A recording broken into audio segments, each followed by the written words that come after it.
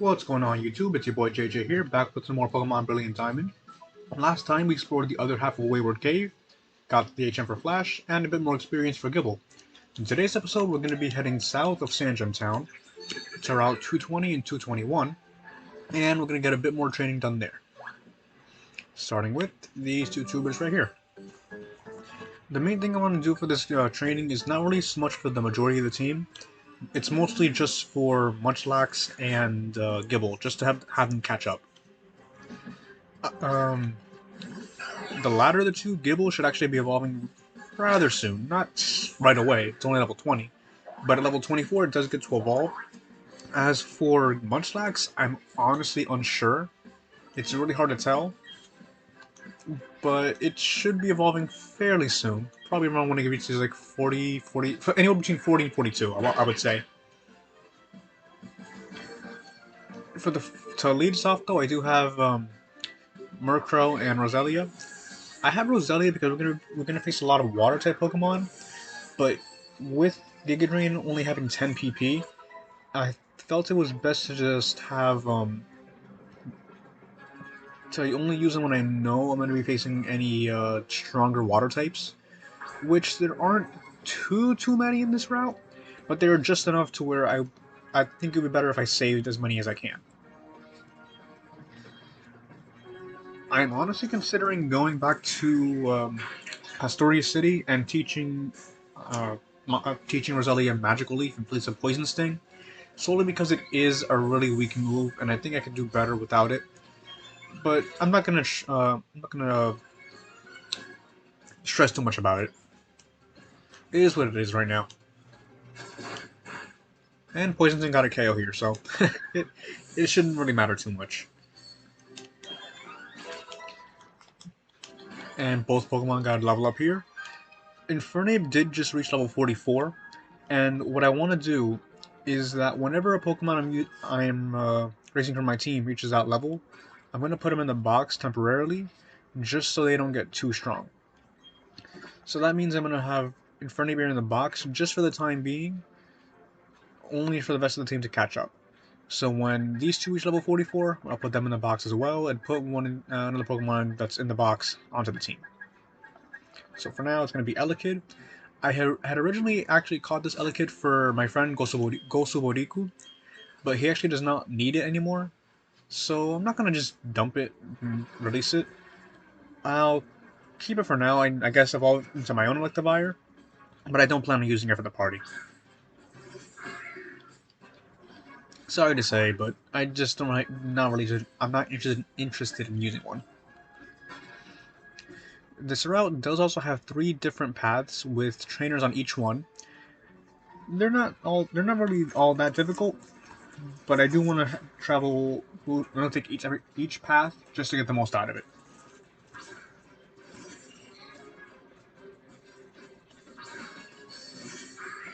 This trainer here has 3 Goldines, I believe 3 or 4, I think. 4, yeah. They're all Goldines too. I thought that the trainer had a Seaking, but no, they're all Goldines. Shame.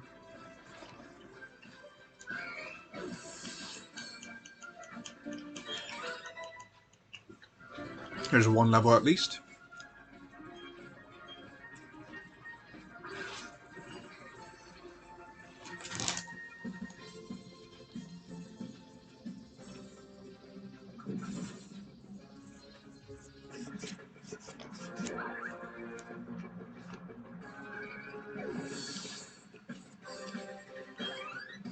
Sorry for the lack of commentary, but battles like these are a bit tedious because there's not really too much to really talk about about these trainers. It's just more pushing the A button, which is a bit awkward, but there's not really much I can do about that. One thing I will say though is that I'm seeing a lot of Legends Arceus content on YouTube right now.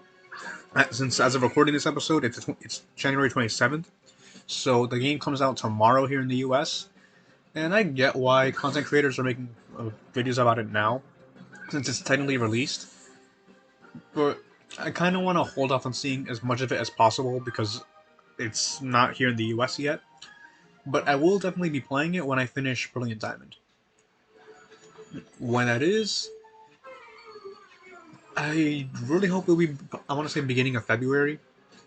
I know you guys want to see content right away, but I do have priorities outside of YouTube. It's unfortunate, but it's life, and I had to handle life first.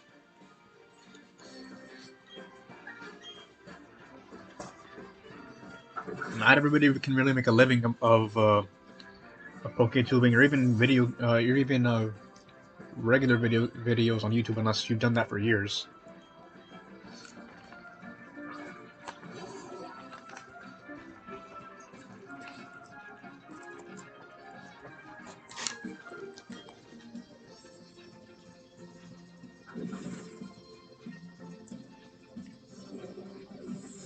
I will say this though, if you have been playing Legends Arceus as of late, are you enjoying the game?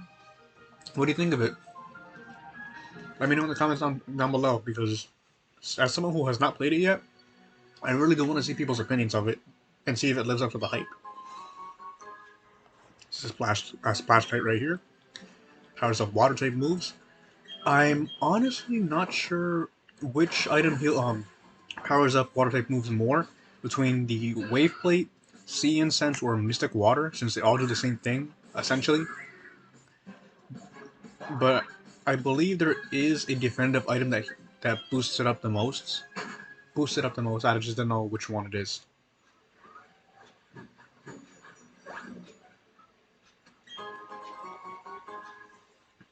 Get an Aether right here.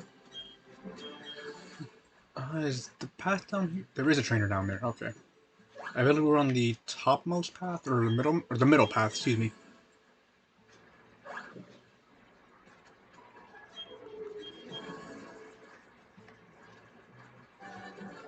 Now, what do you have, good sir?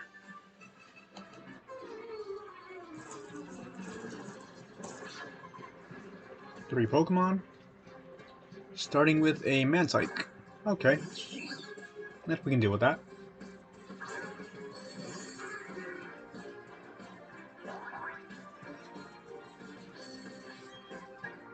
It should be more than enough.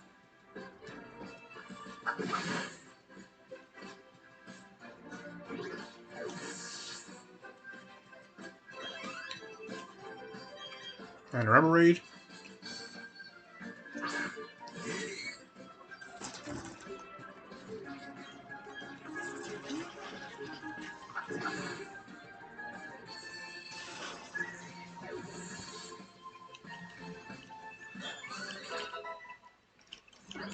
Got 2 levels right here. And last is a Tentacool.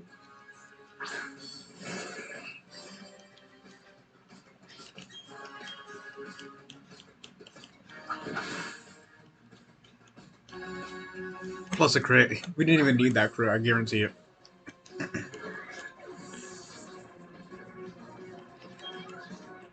But there we go. Easy peasy. Did we skip the path down here? No, it's at the bottom path already. It's a little hard to see, but you can actually walk on this section of the water here. It's shallow enough to where you don't need to worry about drowning, I guess. We also got a Carbos, which I can very much appreciate. We can give that to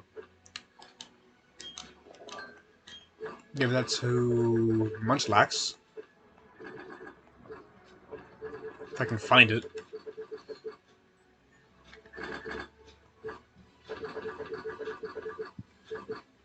Didn't I just pick up? There we go, Carbos. Yeah, I was actually looking for these because these vitamins here, I'm pretty sure they would normally be in the medicine pocket, but I guess not. But yeah, giving them to Munchlax can raise his happiness, which helps him evolve faster. And that's really what I want to do in this grinding session.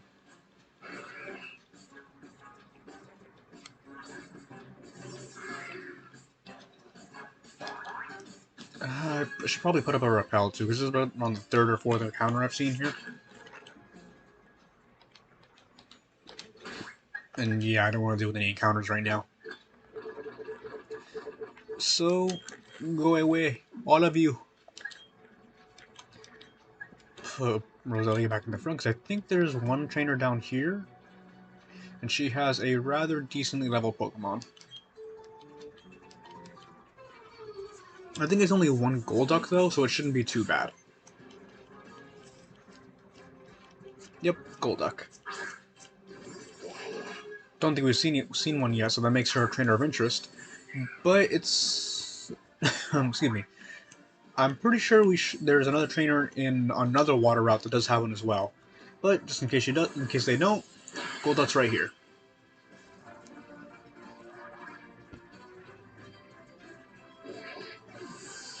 And a clean one-hit KO as well. Some really good experience. I don't understand why these female swimmers are so angry when they lose. It's just so weirdly funny to me. But because it is a dead end, we do have to go back, unfortunately, but it is what it is. Thankfully, the surfing speed in this game is not like in the original Diamond and Pearl, where the surfing speed was equal to that of the walking speed. I am dead serious. It was rough back then. Thankfully, Platinum and Heart Gold Soul Silver changed that and made it the same speed as the running speed.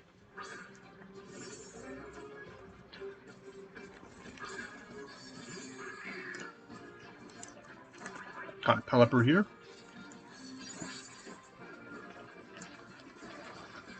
Pelipper with Drizzle, too. Excuse me, Pelipper with Drizzle. They gave Pelipper this ability in Sun and Moon, and because they did that, it made Pelipper's viability skyrocket. With it helping set up the rain and then having access to Hurricane, it actually became really viable. And Whiscash. I think we're fine staying in.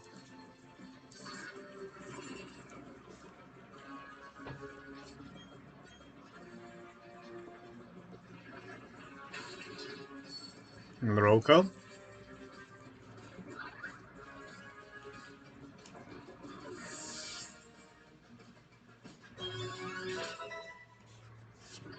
And just one more level till we get a Gavite.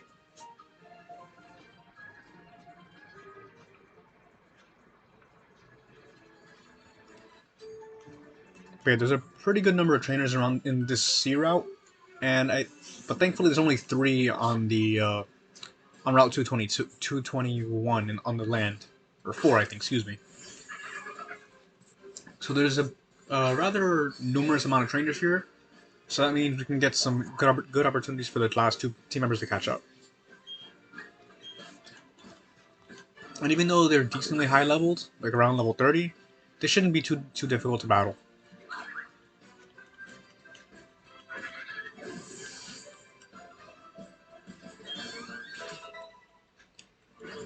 I don't plan on having Elekid actually battle, but in case she has to, then she'll probably do at least some damage.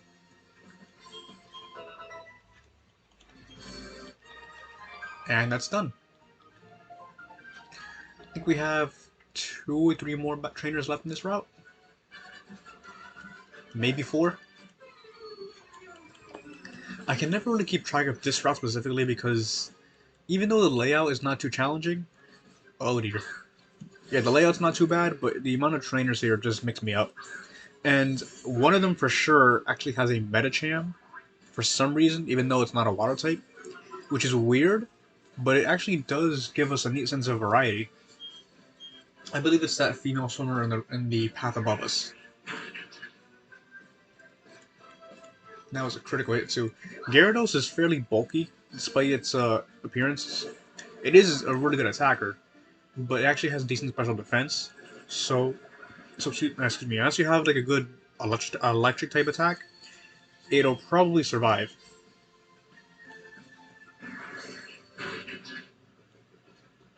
But we got 2 crits in a row with that super luck, and it's down for the count. There should also be some pretty good experience. Yep, enough to get to level 44.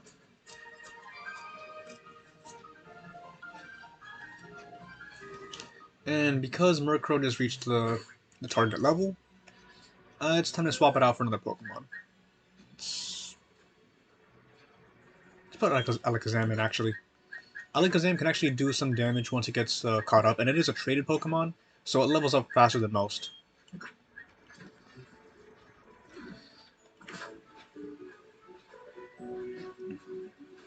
Yeah, I think there's just one or two more in the water.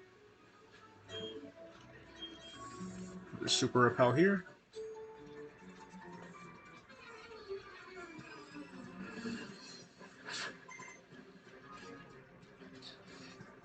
Yeah, for sure this trainer here has a Medicham. I'm fairly certain of that.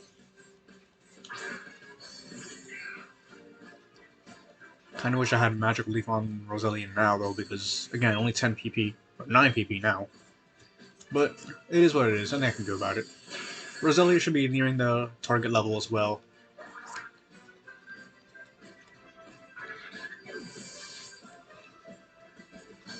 Yeah, we're really close. So, and there he is, the Medicham. And close enough for Gibble to evolve after this battle too, pretty sure.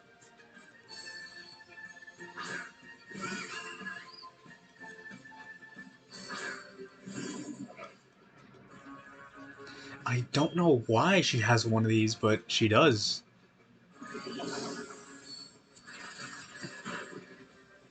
And it actually lived a hit too. It does have Ice Punch, which I guess is pretty unique. I mean, it'll work against grass type attacks, or grass type Pokemon, excuse me.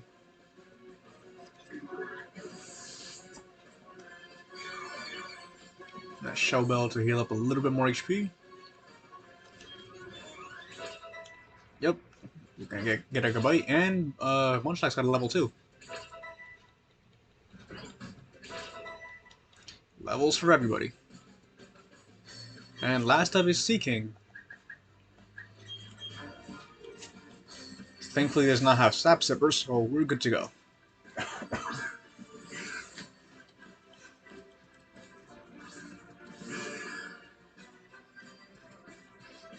And one Giga Drain should be enough.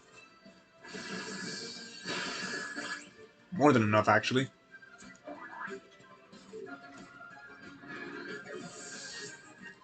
And just shy of 44, but it's all good.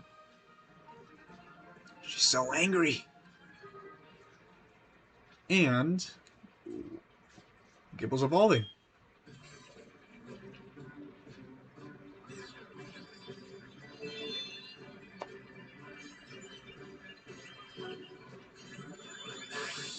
From Gibble to Gabite.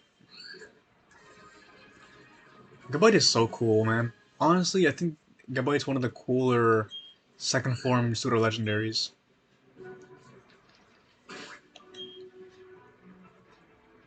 And we're good to go until the next battle. The next one should be the last one on this route as well. On the water, at least.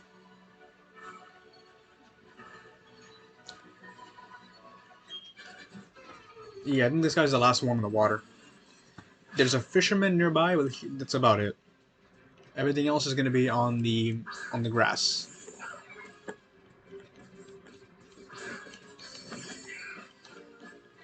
And I think for the fisherman, I'll probably use Munchlax for him, solely because I remember him having fish that are not really too tough. I think he has a Gyarados, but that's the toughest thing he has. And we should have another Pokemon to handle that.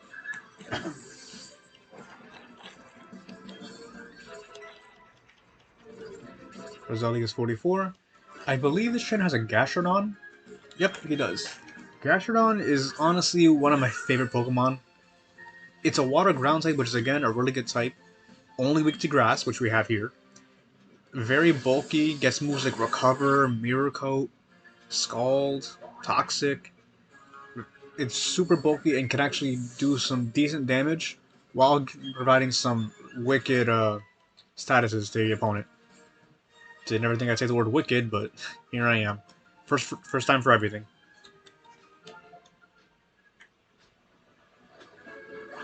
An item right here. Bottle of protein, which is great for Munchlax, who I will actually be swapping to the front.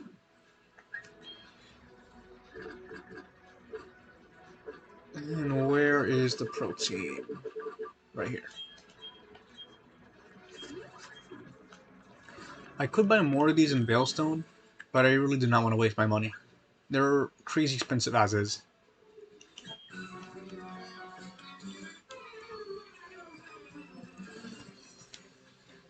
I think this guy just has a Magikarp, Finneon, and Gyarados.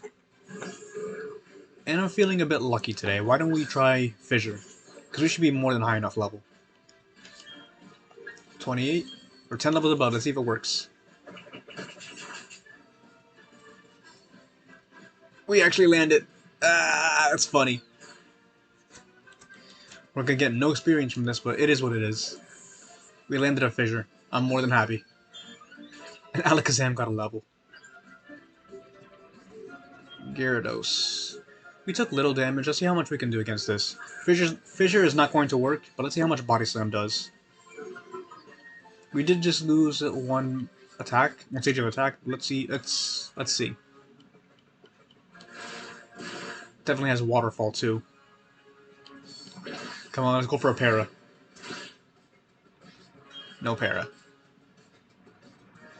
There's the Waterfall.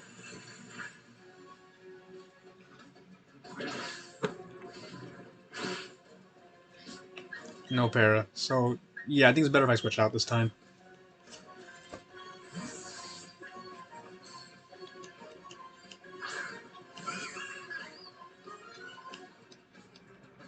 Goes for Rain Dance, which is actually going to help us with the Bubble Beam, but... That would have been a really bad move to use if he used that first before Waterfall. Would have done way more damage. And I'll pick up the KO. Nice.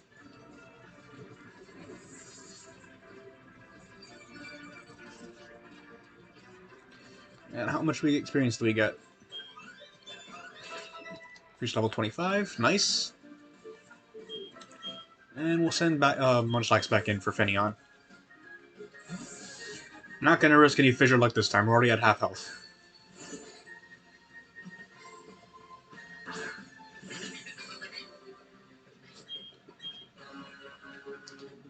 Water Pulse, though. He could confuse us. Thank God we didn't get confused. I would have been pissed off.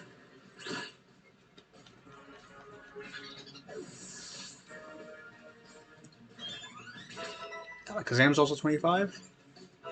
Learn Recover 2. And we're all set.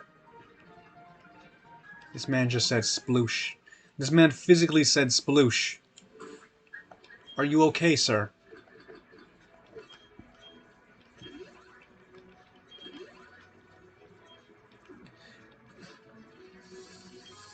Got a jar of honey here. I think there's a hidden item up here somewhere. Pure Incense. I don't think it was even hidden. The Pure Incense is given to Chimecho, so that when you breed it, you would get Chingling. If you ever want to do that. Gonna use another Repel. This grass is actually the first time you can find wild Gastrodon and Floatzel in the wild using the grass. Level 59. I doubt I have anything that high. I mean, I do, but no, they're too high. Oh well, next time. This old man actually gives if you meet the correct level that he gives out, he will give you the Black Belt, which would be a really good item for Infernape with his 3 fighting type attacks. And I did get the last recording, but that one got messed up, so here we are. This trainer is actually a trainer of interest if you have not completed the unknown quest like I didn't do at this point, because the Pokemon he has is 3 Hippopotas. Hippopotas will immediately set up a Sandstorm using the ability Sandstream, I believe. Yeah, Sandstream. If Hippopotas was part rock, it would actually boost his special defense. Probably wouldn't still live if it was part rock, but Sandstorm boosts the special defense of all rock types, which does help them out because it's just that they're lacking in. But it's more so cause for chip damage than anything else.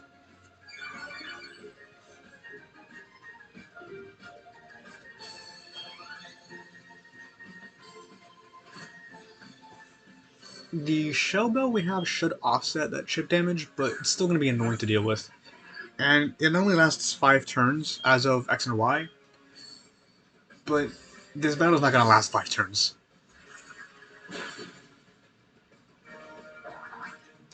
And I think this battle should be more than enough to have Manphy reach 44. I think. Nah. The next two should be fine. If not then, next episode it will be.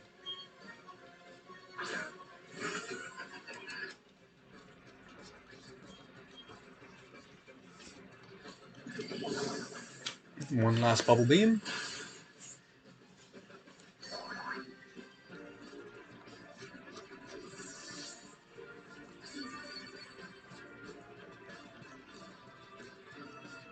Get some more experience. And we're all set.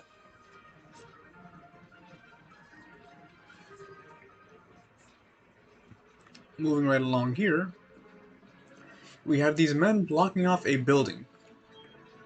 Ramanus Park. We heard this mentioned a few times before. Ramanus Park is the replacement for Pal Park in this game. Pal Park used to be a location where you would transfer Pokemon from the Game Boy games over to the DS games. However, since that's no longer an option here, it was changed to Ramanus Park, where you can now challenge legendary Pokemon and try catching them there. It's only in post-game though, and I'll try to cover it then, but for now, we're gonna have to move on from it. Now this trainer here has a Staravia, which I believe does the same thing Barry's Staravia did, with trying to use Double Team and, or whatever else it did, Quick Attack. Double Team, Quick Attack, Wing Attack, or Pluck. Some strategy like that. So yeah, beat it as soon as you can. Girafarig.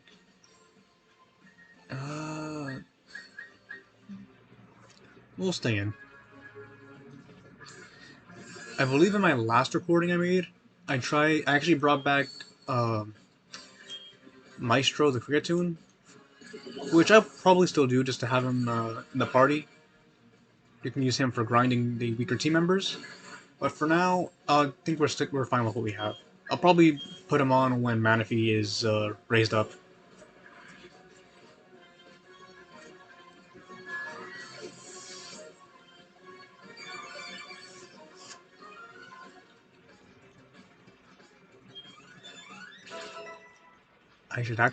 I should have put him on now, because now we have Roselia halfway to 45. So yeah, that's my bad.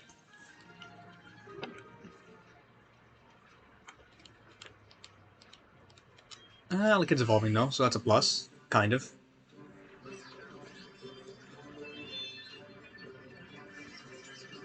Roselia being a bit ahead of the rest of the team isn't a bad thing though, it's fine. Her moveset kind of hinders her, but I'll try to put on better moves if I can find the TMs for it. Which I should have, actually. But anyway, for now, I'll put Frigatune back on. Do I actually have the TM I want to give her? Not yet. I'm gonna have to look up where I can find it. Oh no, I think I do know where it is, but it's still a bit of a ways away. But anyway, some more berries here. Hondu are, I believe, a 33% berry. Good, but it used to be a lot better. If I'm thinking of the Mago instead, it could be the same thing. The Weepair berry might be a Poffin, but I'm not sure. Pekka berries for poison, always helpful. And this last berry tree here is a Lepa berry, which is actually one of my personal favorites. Using it restores 10 PP to any move, and it was very useful for shiny hunting back in Ultra Sun and Moon for the SOS hunts.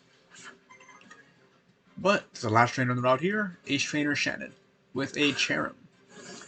I think we still have Manaphy out front, so this is a bad move.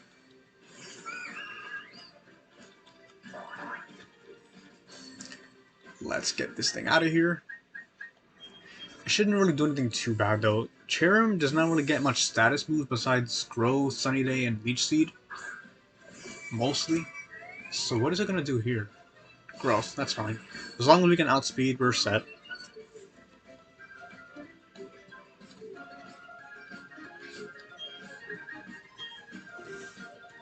Yep. Goodbye.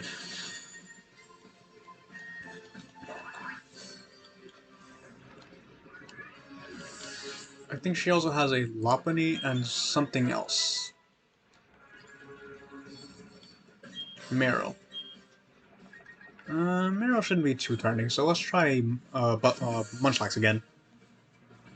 One body slam should be more than enough. I think the Meryl she has at this level has Aqua Tail and Play Rough, and it should have huge power as well, so it can do damage. Don't know why it used Slam instead of one of its actual stab moves, but whatever.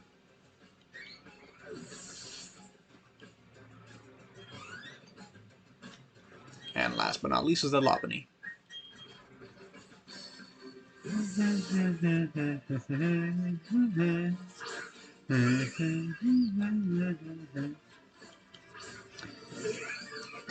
This trainer having a Lopunny kinda makes for a trainer of interest, but we are going to see a Lopunny later on anyway, for sure. So it's not really one, but it is what it is. Lopunny itself actually used to be a decent support mon, if I'm remembering correctly, back from Gens 4 and 5. And then in Omega Ruby Alpha Sapphire, it got a Mega Evolution that made it a really dangerous sweeper.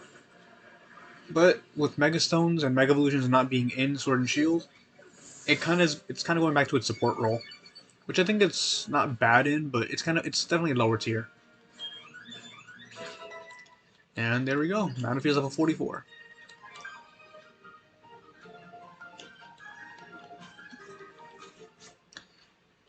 So now that's it for this route. We've done everything we can do for the time being. And with the team, most of them being level 44 already, I'm going to put Infernape back on. And these two routes did take a bit longer than I hoped for. So next episode, we're gonna take on the Fuego Ironworks, and if we have enough time, Iron Island. But for now, let's head over there. Gonna head over there, heal one last time, and I think that's it for today's episode. So, from what we've done today, is we've explored Route 220 and 221, got the stronger members of our team all caught up to Infernape at level 44, and in the next episode we're going to take on Fuego Ironworks. See you guys then.